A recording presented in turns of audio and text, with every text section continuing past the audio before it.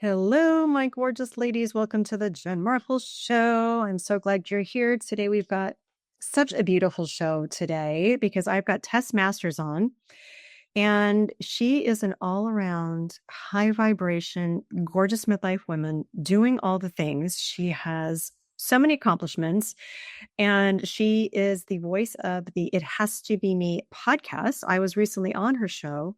And I was so impressed by her, and we've since become friends. This is what happens in midlife, sort of Menoverse. And I knew I had to bring her on because she is so thoughtful and so lovely and has done so many incredible things and has her hand in a couple different pies. And again, this It Has to Be Me podcast that she has is so gorgeous because she interviews leaders, women and men, and asks them really about this pivotal question, like, what was your It Has to Be Me moment? And so I thought that It Has to Be Me really pairs so well with You're Not Too Fucking Old. So it's like, you're not too fucking old and it has to be me. So this is the episode to really sink into if you are on the cusp. You are on the cusp and you need some inspiration and you need some tools and you need to hear a couple stories so you don't feel like you're the only one going out there and trying to do the damn thing. So really the It Has to Be Me moment is that thing where you're kind of closing your eyes or you're listening to yourself and gosh, there is this thing on my heart. There is this thing that I need to birth and bring out to the world, into the world. Or it's like Tess says, it's got to be me to leave a relationship. It's got to be me, or it has to be me rather, to take that one step. It has to be me to put some boundaries in my life. So we are going to really dig deep in this It Has to Be Me concept. And you know me, I want to bring you the best people and the most amazing, inspiring women to help you do the damn thing that you are thinking about doing. I know you are. And that's anything. That is work, that is life, that is love. It's, traveling the world, whatever it has to be. But I want to give Tess her proper introduction because she is, like I said, a badass midlifer who has done a thing or two in her life. She has published 3 books via Random House. Her first one was The Blender Girl Smoothies, and then The Perfect Blend. So she is also a health and nutrition coach, and she has coached over 30,000 people through her Skinny 60 program. And that's something you're going to take a look into. She's going to talk about it a little bit at the end of the show. And, she is a spokesperson. She's also an actress. There's really nothing that she doesn't do. And the number one thing she does really well is hold space, listen, and pour into her community. And so I've got her on today to pour into you. And we're going to go deep into this whole concept of It Has to Be Me. And you're going to walk away so inspired and so uplifted that I just know you're going to have the courage to take some messy action towards that dream that you are sitting on, or that you want to pursue. I know it.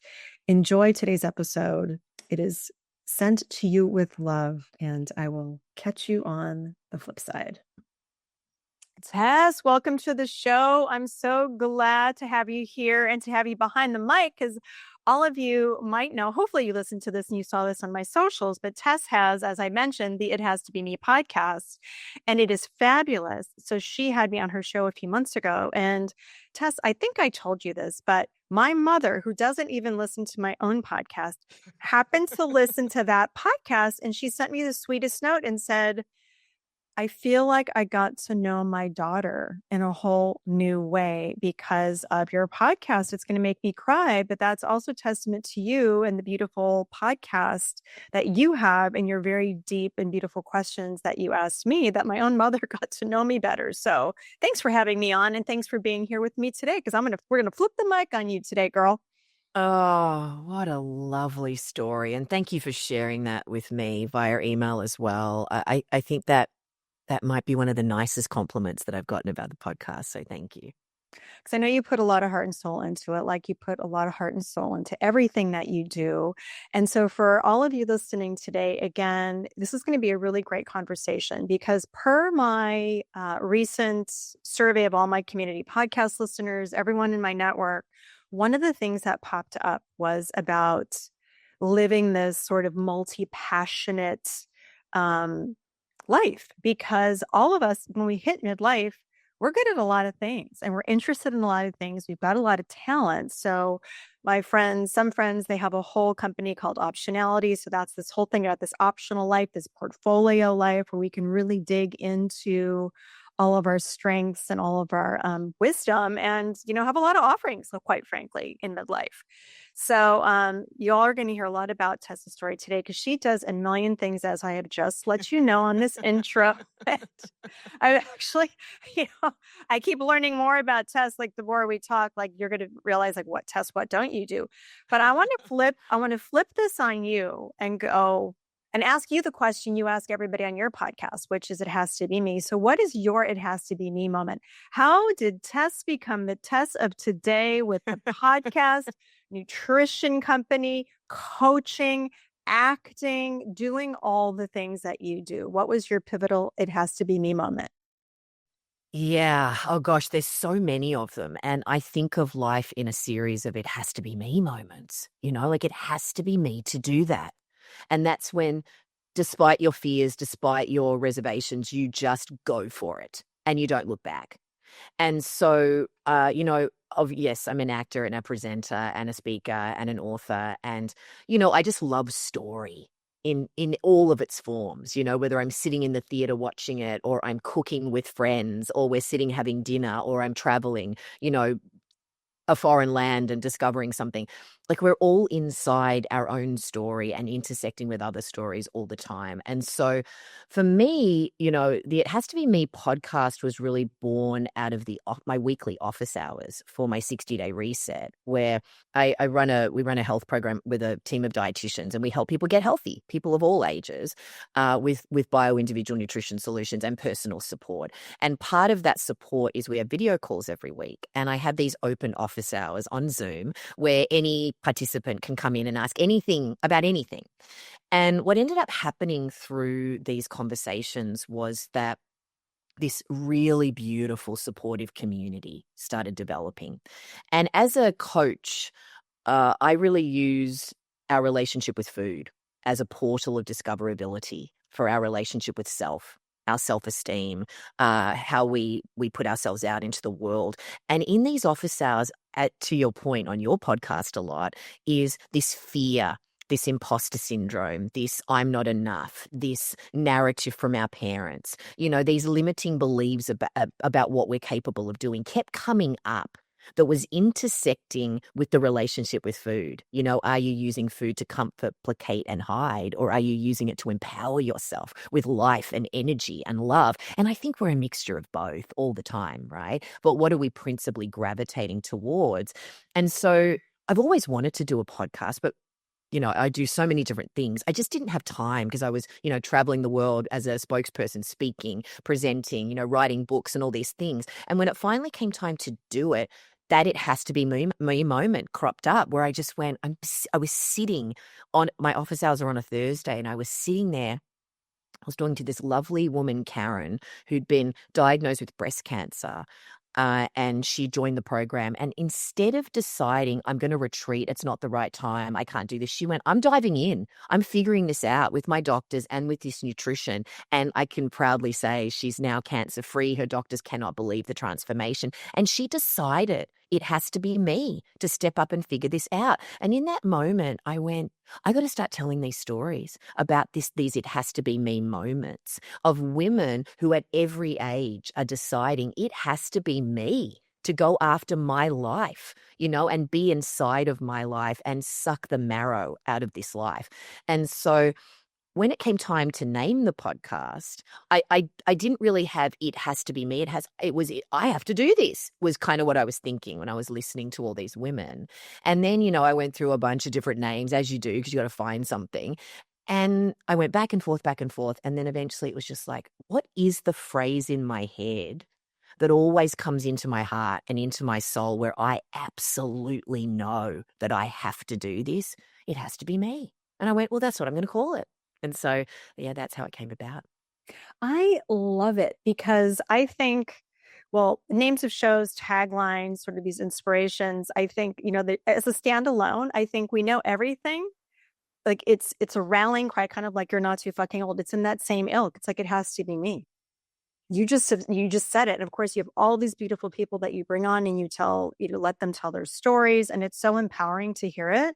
And so I'm glad it gets me jazzed up, because when you say it has to be me, I get the same feeling when it's like, we're not too fucking old. It has to be me. It has to be me. So and even just saying the line, yes. even just saying that out loud, even just to the mirror, to yourself in your bathroom, if you're not ready to share it with anybody else yet, just verbalizing that and then completing the sentence. It has to be me to apply for that job. It has to be me to have a baby. It has to be me to leave this relationship, maybe.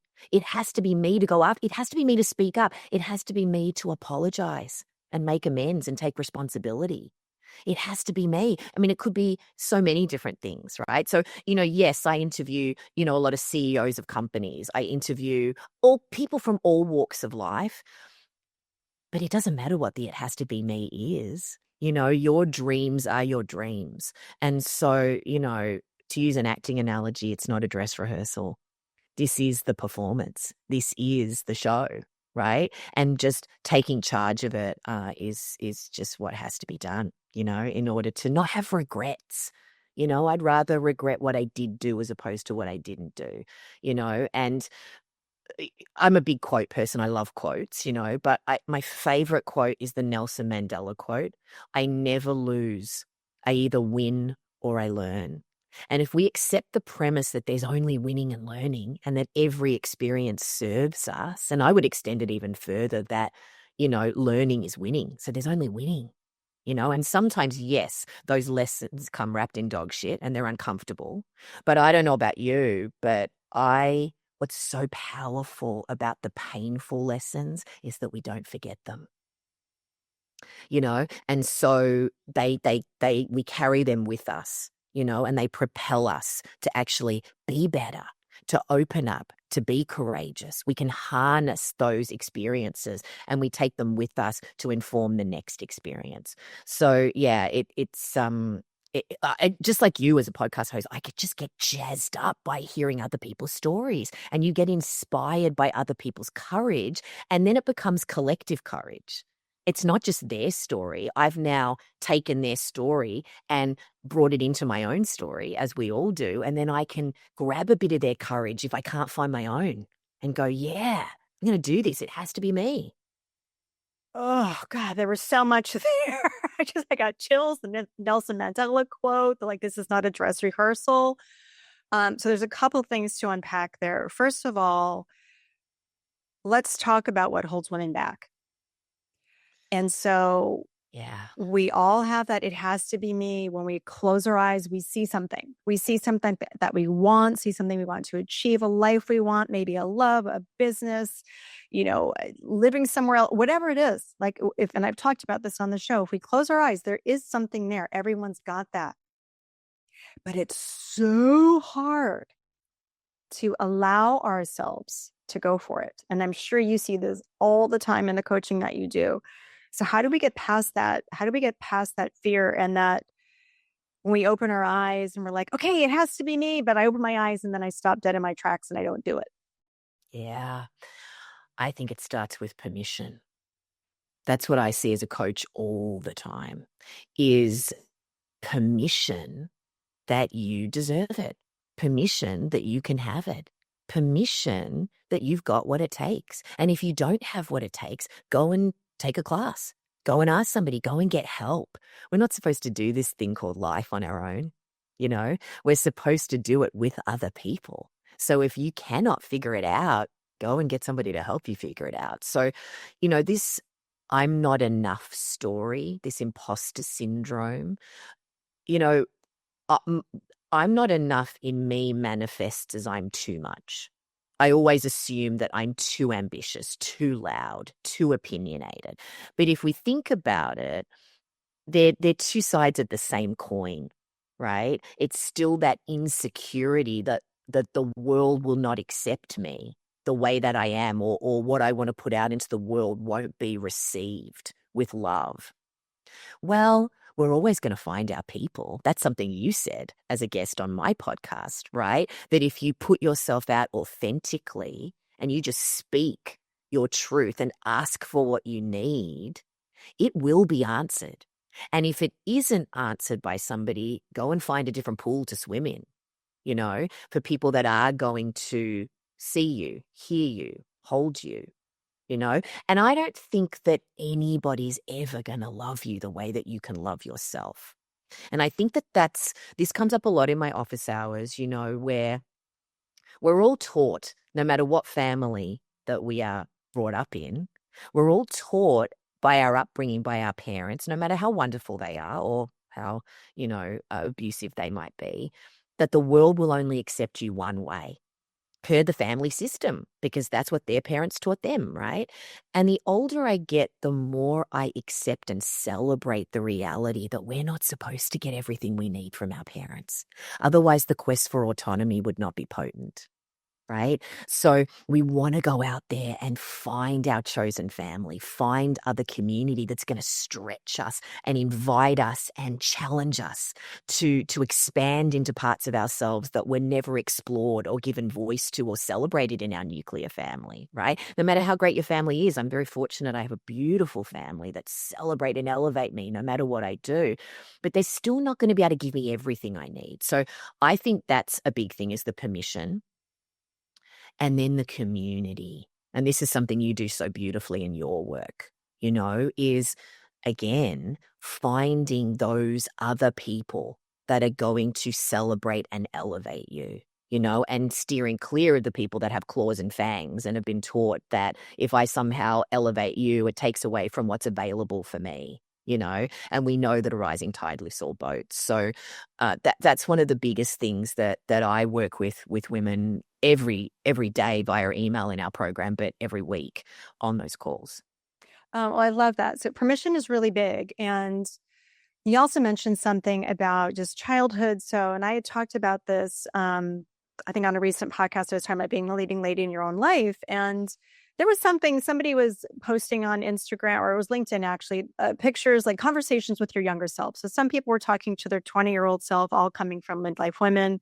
I still have yet to do my post, but I have the picture. It's me in roller skates. I think I'm in like 5th grade or something. And it's something that represented sort of before kind of things can get knocked out of you. And I think Yes. not everybody had a great childhood, but it could have been a teacher. It could have been a bully. It could have been a best friend. There was some, we just get all these things along the way, and we can wake up and have all these voices in our head that are telling us we can't do something, but they're not our voices. They're just collected voices. And then there's the whole societal thing of, well, you're too old, you're a woman, this and that. So we get to this place where it can feel crushing and daunting. And you're like, oh my God. And really the way to cut through it, because you're saying this, is just to be yourself and to put those voices aside, because it's not you. It's the imposter syndrome, all that stuff. It's just all a bunch of crap. Because it's not our voices. So, and I'm sure that comes up a lot. Yeah, it comes up a lot, but it's interesting what you're saying about voices, right? What is your voice and what does it sound like? And it's not just one thing. And your voice can change.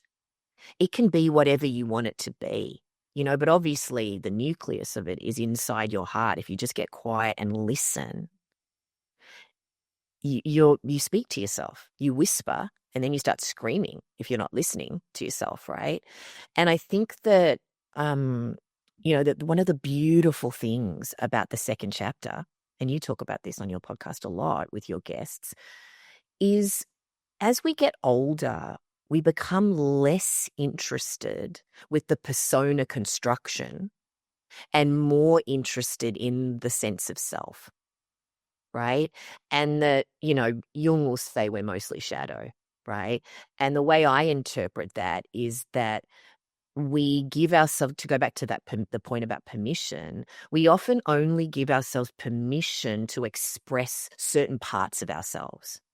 And there's a whole sort of pool of things about us that we don't share with the world. And I think what's, menopause and the over 50 chapter is such an invitation to actually look at how you want to be moving through the world. Who do you want to be hanging out with? Who do you want to be? when, you're a bit older, you kind of know yourself better, you got a lifetime of experience. It's like, what are you going to do with them? You know, and to everything we've been speaking about, like what is your it has to be me, and it doesn't have to just be one thing. What is your it has to be me today? Could just be I'm going to go and play tennis. I'm going to go and take a pottery class. I mean, I don't know, right? Or I'm going on a big holiday for a year. I'm quitting my job and I'm taking early retirement. I mean, there's so many stories that come up in our community of people that just have that light bulb, you know, absolutely starts glowing, and you are fully lit.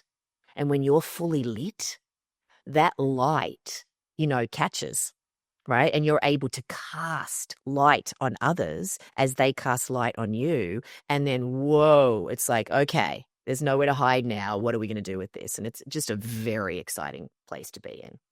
Oh God, it's so exciting. And you're making me think of there's so many stories. There's so many stories of women that I talk to that they hold themselves back, like we've been talking about. But once women can tap in, and I put myself in this camp too, because I will still catch myself. I've been doing this for a while. I also am the one telling women to step up, and I do all the things that I do. But we have these moments, right? Like, okay, it has to be me. It has to be me. I'm going to do this. I'm going to do this. And then we wake up one day, and then you're like, oh shit, really, Jen, you're really going to do this? And then you have to actively like put into practice to kind of talk yourself out of it. Like, so do you have a practice, or it's something that you share with your clients so if they wake up one day and they're like, well, hopefully you've got your office hours with them, but so kind of to coach themselves into a state of mind or a being, because I know I certainly have to do that. I mean, we all do. We all do. We all do. So I love that you use the word practice, because this is something that I tell my clients all the time. We're all just practicing. And what do you get really good at? You get good at what you practice. And what is practice? Just stuff you've done a lot, all right? So I have a lot of tools that I give people, but a lot of the time I like playing the worst case scenario. What's the worst case scenario? What's the worst thing that's going to happen if you actually take action on that thing that you're really terrified about? Actually, often the worst case scenario is the one that you're living, because you're not doing what you want to do, right? So playing the movie, to continue with this acting movie analogy, playing the movie all the way out.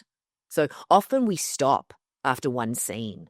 We don't play the whole story out in our minds, And even though we don't really know what's going to happen, we have already imagined a scenario in our heads, which is it's going to destroy me. It's going to be terrible for me. I'm going to be humiliated, and I'm not going to have what it takes. What am I? Who am I to do this, right? Well, you're not actually really going to know unless you actually do it. So here's the cool thing about action, right? Besides killing somebody, which we're not going to do, there are very few mistakes in life that can't be cleaned up. And you know what? You're going to learn from it. So actually, I'm going to say it's not a mistake. It's just a choice. I think that life is just a series of choices. And if we are living, with the agreement that we're going to learn and grow from every choice, there are no mistakes. It's just the next choice. And then you become the sum of those choices, and they help you learn and grow. So, okay, make some choices today, and then don't beat yourself up about it. So I'm a big one in the power of the pause, and just gently noticing without judgment. Oh, that's interesting. Gosh, why am I feeling that way? Gosh, I say that to myself a lot. Huh, where does that come from? You know what? Okay, hang on. If I just replaced it with something else, like I got this, speaking about guests and how you learn from your guests, I was interviewing this woman named Nell Wolfhart. She's a decision coach. And she also got this from somebody else where, we deal with the what ifs. What if you just simply replaced it with even if? Well, even if this happens, I'll be able to handle it. So you sort of develop this imaginary safety net that no matter what happens, you've got this, right? And yeah, there might be tears and you might have to mop up some mess, but we're going to pick up and keep going. So, very often it's just getting ourselves into action, right? Because these stories that we tell ourselves, and, you talked about this before, is it serving me? And this is a question I ask a lot of people. And for new members where they don't have the lexicon yet of the way that I coach, I'll say, well, why do you do that? How does that serve you? And the answer 90% of the time is, well, it doesn't. It doesn't serve me. Well, it does, because you keep doing it. You might not like the answer, but that's okay because you're human. And you're like, oh, so I think a lot is about listening. So it's like, oh, am I listening to someone else's narrative about what I'm capable of? Or am I listening to the beating of my drum that's going, do this, do this, do this. Like if you're already thinking about doing it, you want to do it. And then it's only that narrative from a parent. Typically it's a parent, right? I haven't coached anyone where it hasn't been a parent. It's a mother or a father, right?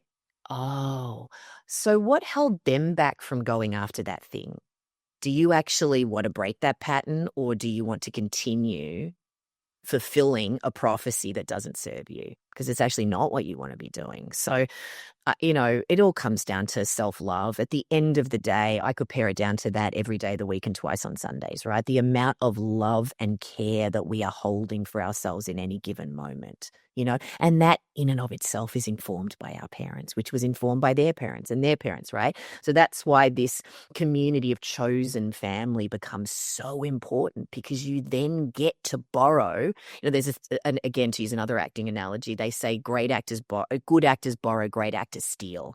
When they see something that's really working or good, you make it your own, right? So likewise, if I'm talking to you or listening to your podcast and I hear a guess, I'm like, I'm going to steal that. That's amazing. That's a great technique, And so selfishly for me, when I'm interviewing people, I'm like, I'm stealing that. That's amazing, And then I will then, just like I did with the Nell Wolfhart thing, will share that with somebody in my coaching, that we can give credit to other ideas, and then we can somehow weave it into our own story. And I think that's what master humans do, is what I like to call them, people that are mastering the art of being human in this life.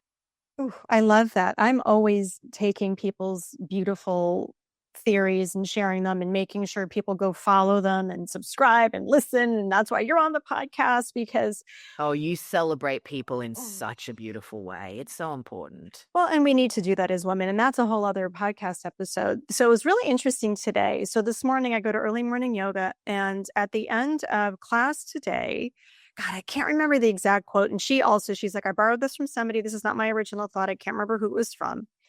And she said, basically, like, go out and pay attention to how you're living your life, and make sure you're living your life for you and what makes you happy, and something along the lines of, and what's not going to be impressive to others.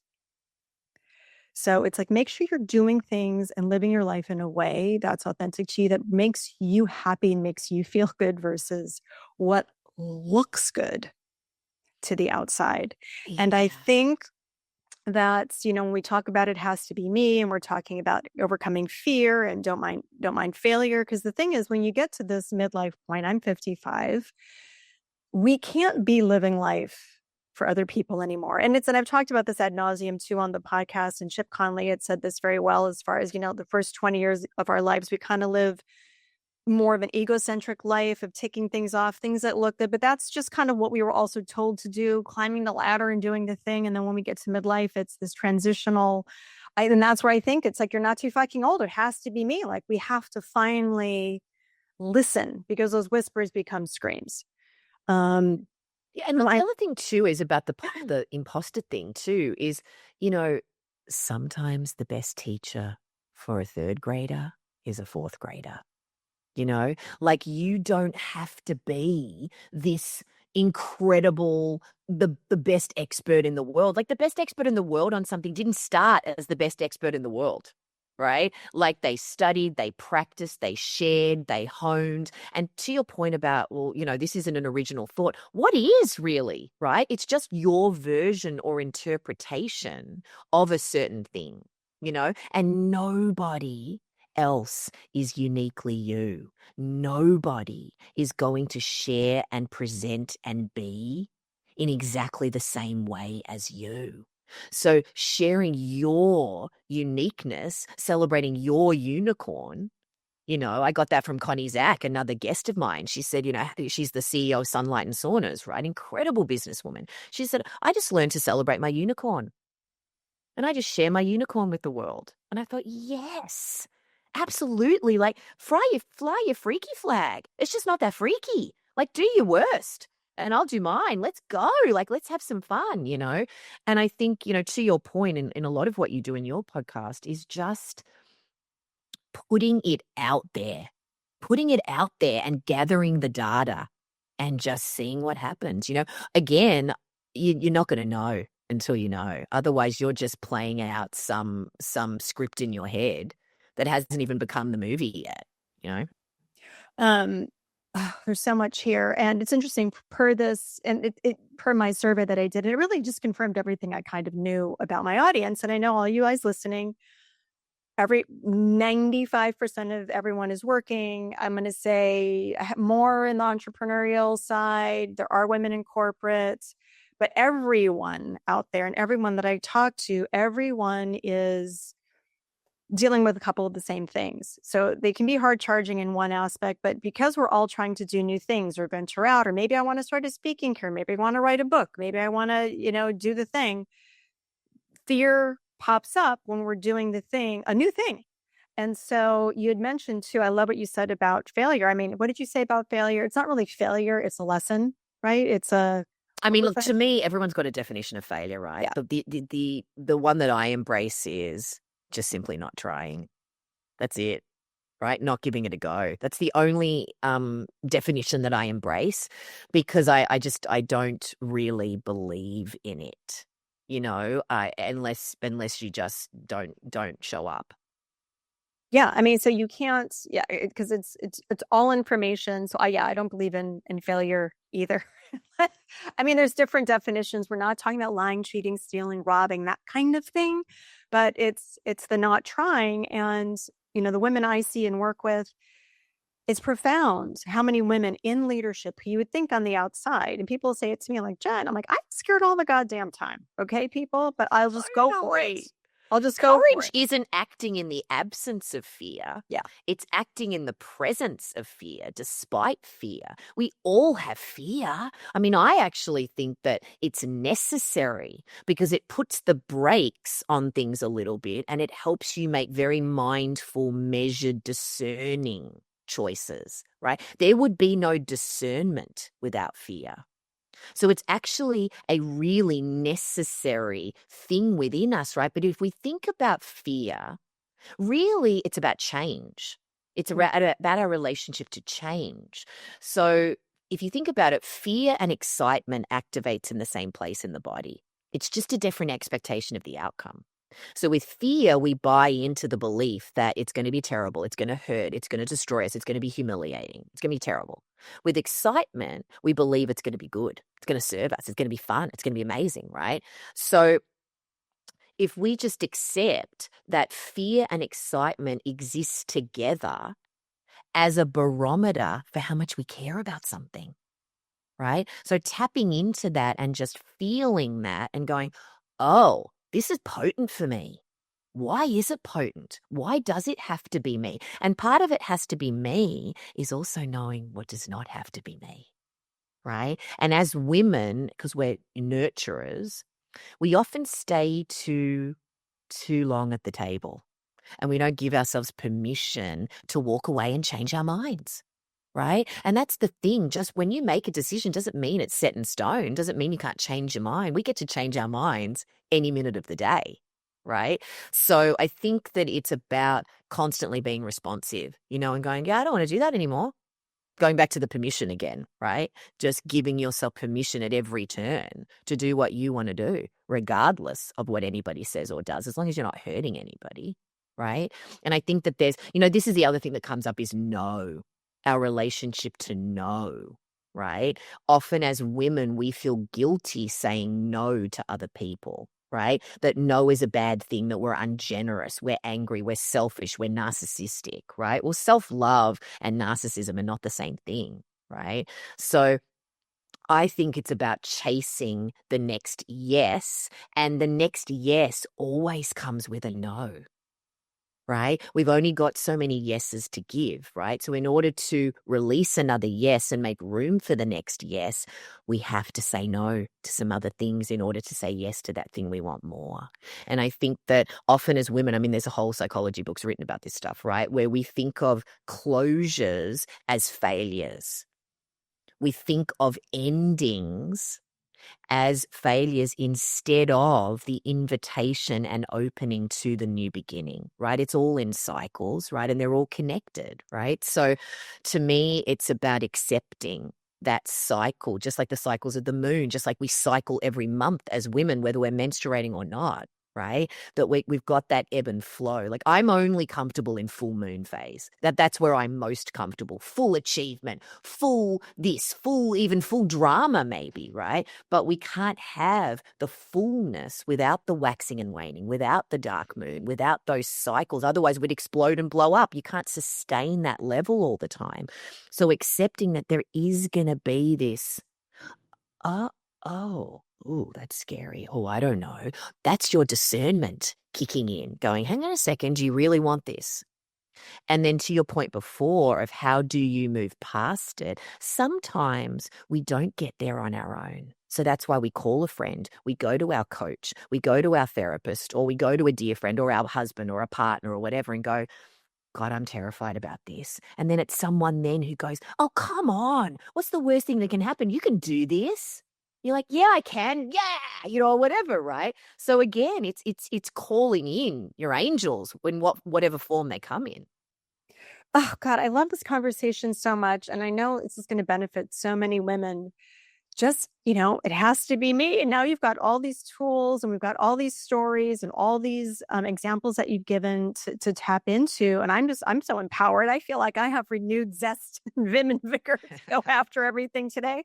You said something interesting too. Just, it's funny. I never thought about it, like the full moon and the waxing and the waning. It's kind of like, when athletes train, no one's in full season all the time. So we have to kind of give ourselves some grace. And I think just the way the world operates today, it feels like it's go, go, go every minute of every freaking day. And so it is okay to pause. It is okay to say no. It is okay to take stock and to close your eyes and really tap in and listen and go like, it has to be me. But But not just that it's okay, it's critical. It's necessary. It's a vital part of the process because we can't listen if there isn't space and silence. And I think that a lot of us are distracting ourselves with activity, right? That it suggests purpose, but actually we may be running from our purpose by not just stopping, listening. A lot of women, we confuse rest and sleep. This comes up a lot in my program as well, right? Where a lot of us, we're sleeping, but we're not resting. And it's in the resting, in the parasympathetic, is where all the answers lie, right? It's not in the activity. Yes, we're taking action on those things, but in order to make the next discerning choice, it has to come from that rest period. It has to come from the pause, has to come from that listening, and I can, my central nervous system gets a bit nervous in that space, right? Well, I'm not doing, because I'm wired to achieve. I'm an achiever, right? So I've had to really train myself. And that's the cool thing about being human is that we're trainable, we're teachable. So be teachable. And yeah, it's scary doing new things, but oh my God, that's where the great stuff grows, right? And so putting yourself out there and going, okay, it has to be me. I'm going to learn this. And you know what? I've learned other things in my life. So I can learn this, and just another part of stepping back and just listening is taking stock of what you've already achieved. So in my program, as part of our questionnaire, the last question is, what is your superpower? And why I ask that question is that when you're doing something new and it's kind of like going to university. I don't know where any of the classes is. I've got my map and I don't know where to find anything. All my teachers, I don't know anybody. I'm not going to be able to do this, right? Well, it's the first day. Of course you're not going to be able to do it, right? So we immediately assume that we can't do anything. I'm a hot mess. I'm hopeless. But when you anchor yourself and you remind yourself of the things that you already have in place, of which we all have them, What are your special gifts that you give to the world that other people come to you for? All of us are exercising our superpowers in some way, and then we're getting help to learn the new things that we want to learn, right? Nobody has everything figured out. And I know it's easy to look at celebrities and think they have it all. Nobody has it all. They don't have anonymity. They don't have complete freedom, right? Or whatever, right? To go out and do whatever they want to do in the world because they're going to get mobbed or something. I'm just saying that. It's just a silly example, but it is that interesting thing where we constantly invite comparison by looking at what others are doing, and it can be a source of inspiration, as you've said during this conversation. It can also be a convenient place to hide. Like, where are you hiding from yourself? And I think that that's another thing that comes up a lot in conversations, is just kind of noticing, where am I hiding and where am I revealing? And I think that it's in the reveal where we want to principally be. Oh, there was so much there. You said something really important, and that was we talked about the reveal, and it was about the superpowers. I was like, I had that, I'm having a menopause moment. I'm like, she said it was the superpower. Goes the superpowers, and I just wanted to state on top of that that usually our superpowers, we don't even notice them as superpowers because they are the things that come so naturally easy to us. It's kind of like, what? Like it's hard? Yeah, it's hard to go do a lot of those things that you do. The things you do so naturally and seamlessly, those are your superpowers, but we discount them because then we think everybody can do these X, Y, Z, three things. And so an interesting add-on, so I don't know if you had your clients do this, it's interesting to ask people in your world what they think your superpowers are. Yeah. Because sometimes it's nice to, you think about them yourself, but then when they say them to you, you're like, oh, right. I guess that is a superpower. Just a total sidebar because it's just always a fun exercise to talk about. So we're talking about it has to be me. And if you guys are all thinking about this now and having reflections, and I know this conversation is very stimulating, you're walk away going, okay, I need to take the time and nurture myself. But, collectively, we both want you all to just be really following your heart and your soul. And so I just that's all you need to know. It has to be me, and you're not too fucking old. I know. The thing about superpowers too is your superpower is your Achilles heel when not held in balance, right? And the thing about our superpowers is we're often sharing them and using them with other people, but we're not using them on ourselves. And that's where the permission comes in again, right? Often women will say, I'm a great listener. I'm a great friend. Okay, let's turn those on to you, right? Be your best friend, your best cheerleader. Listen to what's going on, the beat of what you want to be telling yourself. Be that person for you, And often, there'll be a lot of tears on the calls, of acknowledgement, of grief, of celebration, of joy, of taking a deep breath. And it's so beautiful when you finally give yourself that permission. Yeah, it has to be me to be me, or whatever it is, right? So it's interesting to me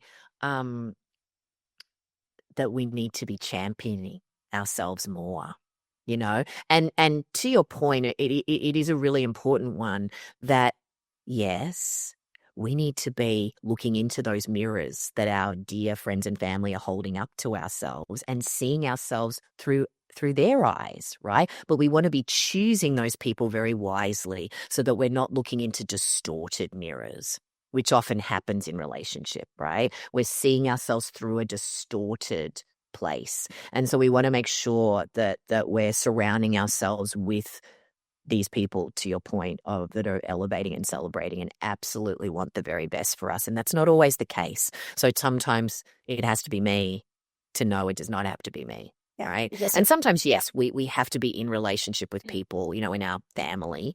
And we can learn how to interact in a way with those people that serves us better. I had a great guest on the podcast, Crystal Jenkins, who's the head of teacher training at the Hoffman process.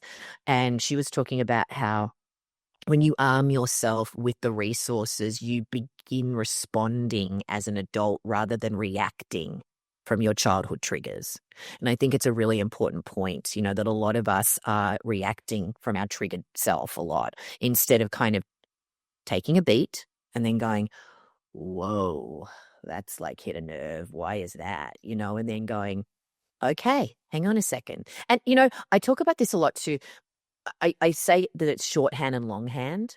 And I'm a really, really big fan of longhand. Like, so when you've been in a relationship with yourself for over 50 years, right? You go into shorthand with yourself, right? Where you skip necessary bits of dialogue with yourself in order to you just think what it has to be from a narrative from the past.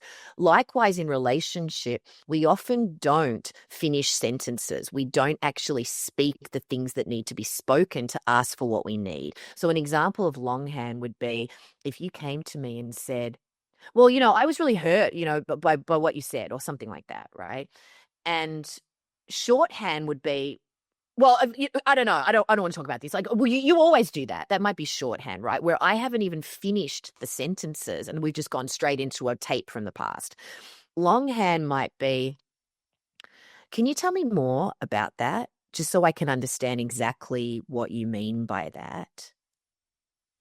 Okay, I just want to reiterate what I'm hearing is this. Is that what you mean to be saying to me? Which seems very laborious, but my God, does it save so much anguish, And then sometimes, someone might come to me, and because I'm a person that a lot of people come to for the answers, for help, for wisdom or whatever, shorthand for me might be immediately that I assume that they want me to give them the answer or something, right? So I'll go straight there.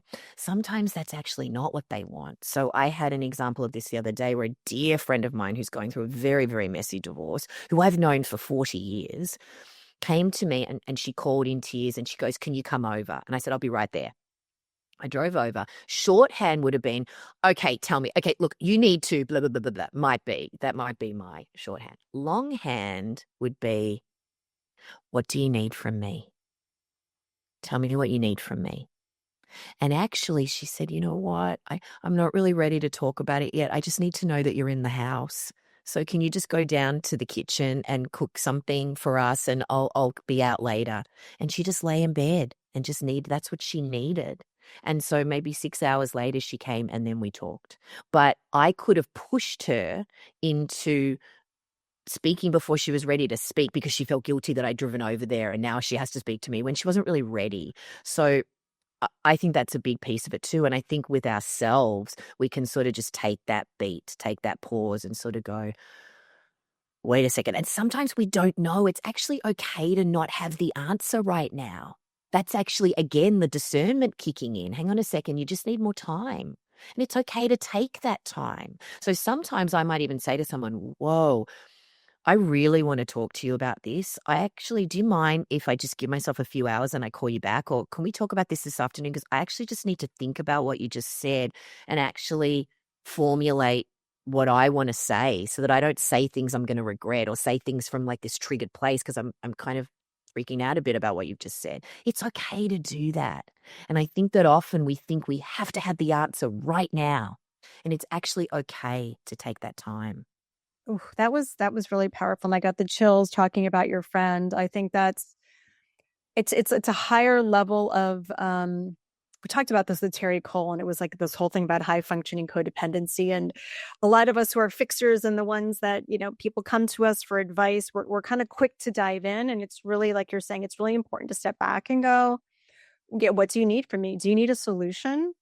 Do you need me to sit here? Do you need me to just be quiet and go cook you dinner? Like, that's a really important frame. I'm so glad you shared that. I could talk to you for hours, but I want to, before I get into my final questions, I just want you to leave my beautiful audience with something very special, like a little sort of actionable takeaway. So they're sitting on their couch and they're like, okay, it has to be me. It has to be me. And they're paralyzed. They don't know where to begin. They've heard this whole podcast. What would you tell them? Coach Tess, what would you tell them? What would be the first thing that they should do? Take a deep breath. And when you think you're thinking too big, take a deep breath and then give yourself permission to think bigger. And once you think bigger, that thing that you're wrestling with doesn't seem as big, and take action. Just take one step towards it, and then just see what that feels like. And then just notice what that feels like, and then take another step. And sometimes the step is just in your mind. Sometimes the stopgap is just exactly that. It's the thought of doing it, not the actual action of it. Because my experience has been that mostly after we take action, we regret that we didn't take action sooner. It's not actually that we regret taking the action. So what's the worst thing that can happen? Going back to what I was saying before, and if you can handle the worst, you can handle anything, and then just stealing yourself. Oh, when I felt like this before, what happened? Oh, I regretted not doing it sooner is mostly what people say, right? So, okay, just do it. And you know what? The people in my community, I'm like, just come back next week. I'll be here to help you clean up the mess if there's mess, right? And I think the mess is where the magic happens. It's not in the black and white. It's not in the yes or the no. It's in the maybe. It's in the possibility. So dwelling in possibility is where the magic of life happens. So put yourself in the possibility. You can't put yourself in the possibility without taking action. Oh, God. That was amazing. That was beautiful. Oh my gosh. Okay, what do you think the best thing is about being in midlife? Oh, that you just know yourself better. You know yourself better. You've got a lifetime of experiences under your belt, and you get to decide exactly how you want to be, and to your point, you just got less fucks to give. You know what I mean? It's like, you know what? If you're buying Tess today, fantastic. Let's have a conversation, because I'm not for everybody. I'm a particular flavor, just like everybody is, right? If you want to play around with all the flavors of me, then let's go. And if you don't, okay, have a nice life, I'm over here in this pond and you're over there in that pond, right? So I think that, I think it was Bill Clinton, wasn't it, when they asked him what it was like to turn 50, he said, you realize you have more yesterdays than tomorrows. And I think that there's an immediacy with embracing that reality, not with fear, but with a sense of potency and richness, right? That I am going to dwell in all that is me. To my point before about possibility, and also too, as women, as you're older, typically, this isn't always the case, but typically we have more financial resources too, right? But even if we don't have more financial resources, we have more resources, more knowledge, more skills, more experience, more relationship credits, so to speak, of all the things that we've learned by all these different interactions. So I think it's a really thrilling part of life. And, a lot of people, we've been taught that there's this monster called menopause that's coming to ruin our lives.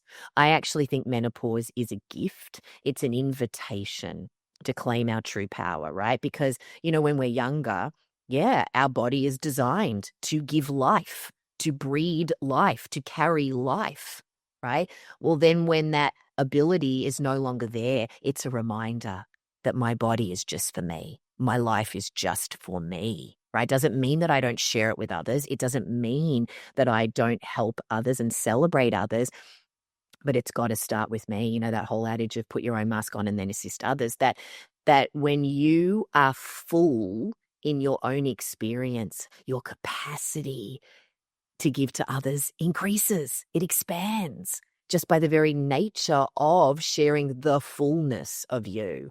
And I think that's the extraordinary invitation of midlife. And it's like, let's RSVP to the party, man. And it's like, I get to decide what I'm serving at this party. I get to decide what we're all eating and digesting and chewing on and tasting, and I get to decide. And that's the cool thing when you're not 18 or you're not 13, where your parents have to help you. You're completely independent, So uh, I just get excited about it every single day. Oh, God, I love that. Mic drop. Okay. So, everybody, at the end of my show completes our power phrase so we can send all my beautiful community off with the last bit of power, and that is you're not too fucking old to do anything you want to do. Yes, ma'am. Power way to end. Do anything you want to do. It has to be you. You're not too fucking old. Mic drop. Mic drop, mic drop, mic drop. God, it has been amazing talking with you today, Tess. I know y'all have to share this podcast with your friends because there are, and I'm sort of asking people to do this more, and I don't really do it, but we've got to share when we get touched by podcasts because you guys listen to a lot of podcasts, all you listening. We've got to share the ones that hit home for you. So if this hit home for you, please share it with a friend who you know is sitting on the sidelines and is having she's on the cusp of her it has to be me moment. Share this podcast and reach out to Tess and me and let us know what you thought about it because we want to hear what you're all doing and how you're acting and how we can support you. So speaking of support, tell everybody where we can find you, support you, listen to the podcast, sign up for programs, and do all the things. Yeah, I have 5 websites. So I think that the best way to find me is just at tessmasters.com, which links to everything that I do. It links to the Blender Girl if you're looking for delicious recipes. It links to ithastobeme.com, which is the podcast website, which we have beautiful guest pages, really detailed information about all the guests, which is really cool. If you want to get healthy, at any phase of your life, it links through to skinny60.com, which is where we have our health programs with my team of dietitians, our 60-day reset, which helps. We have a lot of women get rid of menopause symptoms, right, and lose weight. But women of all ages get healthy. We help women in their 70s, their 80s, as well as people in their 20s and 30s, 40s. So yeah, that's the best place to go. It's skinny60.com, it has to be me.com, theblendergirl.com, or tessmasters.com. Oh, I love it. You've got so many things going on, and we're going to link all that in the show notes. But Tess, it has been such a pleasure chatting with you. And I'm also so happy again that my mom learned about me through you. Yeah, that was a beautiful interview. Yeah, so, thank you for being so transparent and so brave. I